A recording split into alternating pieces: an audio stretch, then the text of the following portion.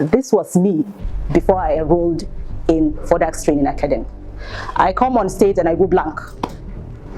On my wedding day, I was asked to speak, I went blank. My MSc presentation in UK, I went blank.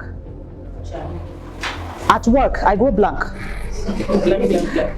My stage fright is not on this level, it is up here.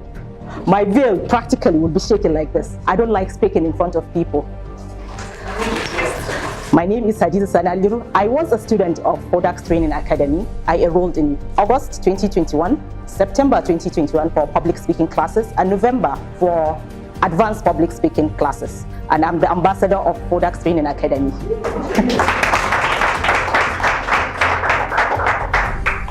My topic for today is 3 important presentation skills I learned in Fodax Training Academy. So as I grew up in a typical northern home with 4 brothers, I was the only girl, and my mother was typical housewife. So she doesn't really go out, I'm always with her, and I wasn't allowed to really speak much. She'll tell me that, Haziza, you marry and be under a man, so you cannot really talk. I cannot voice out my opinion. So it started from there, I believe.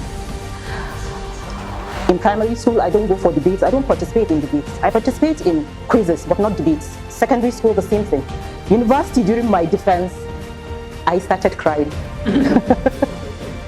They had no choice but to leave me. Because I went out, I was called back again, I started crying again. I couldn't speak. It was that bad. During my wedding, as I was cutting the cake, the MC brought the microphone. She said, say something. I said, what will I say? She said, you're the bride. I said, I cannot say anything. Speak on my behalf. So when I went for my master's, we were like grouped into, everybody was supposed to speak. So we have different groups. So I told them that I can't really speak. They said, okay, what we'll do for you is just go there, introduce us. Maybe this is group A or group B, and then introduce our topic. I said, okay, that would be very easy. But I couldn't sleep that night. I called my dad. I told him that, okay, this is what is happening. He said, it won't be a problem. Just go, look them in the eye and start speaking. So the following day I went. I looked them and I froze. I'm telling you. They told me to start. I still froze. Somebody in the group, a member, had to come and take my own part. The second semester, when they were grouping people, if I say I want to join your group, they say, no. Nobody wanted the blank girl, I'm telling you. Another occasion was when I joined office. We were just 3 female engineers among like 60 plus scientists and engineers. So I was selected to be among those that will, what do I call it? Okay, if visitors come, we give them orientation of what we do at work, we give presentation and all that. And I was trained to do that. But once I see the schedule, a day to that, I'll call in sick, I don't go. And they don't have a choice. They say, okay, just remove this lady. And then one final thing that I did was somebody called me from Noble Hall Academy. You know, it's a science secondary school. So the principal called me and said, okay, as an engineer, please, can you come and motivate our girls to study engineering or science? I told him that I need permission from work. He said he'll write a letter to my boss. And I was given permission. Then I told him that I don't know the way to your school. He said, I was looking for excuses. He told me that I will send a car to pick you up. I said, okay. The driver was supposed to pick me by 8 a.m. in the morning. And it was just a small gathering, an assembly of girls. 8 p.m. at night, I called him. I said, sir, I'm going for antenatal the following day. I could hear his disappointment. He just dropped the phone. At that juncture, I told myself that public speaking is not your calling. Haziza, go for something else. Because all these people that are speaking, I believe they were born public speakers. So there was this day I was just scrolling through ID and I saw free class, public speaking class in Fodax. And I said, okay, I checked the address and I saw it was very close to me. So I came in. I met Dr. Mikey, and it wasn't even for public speaking then, it was a sales program. So I joined the class, but after the class I told him that I want to join, but I don't want to join the public speaking class. I want the sales program. He said, why? I said, I don't think I can do it because I have this stage fright that I can't explain. And he told me that 75% of people have stage fright. So I told myself, join.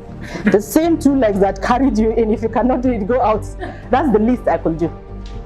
So I joined in August 2021.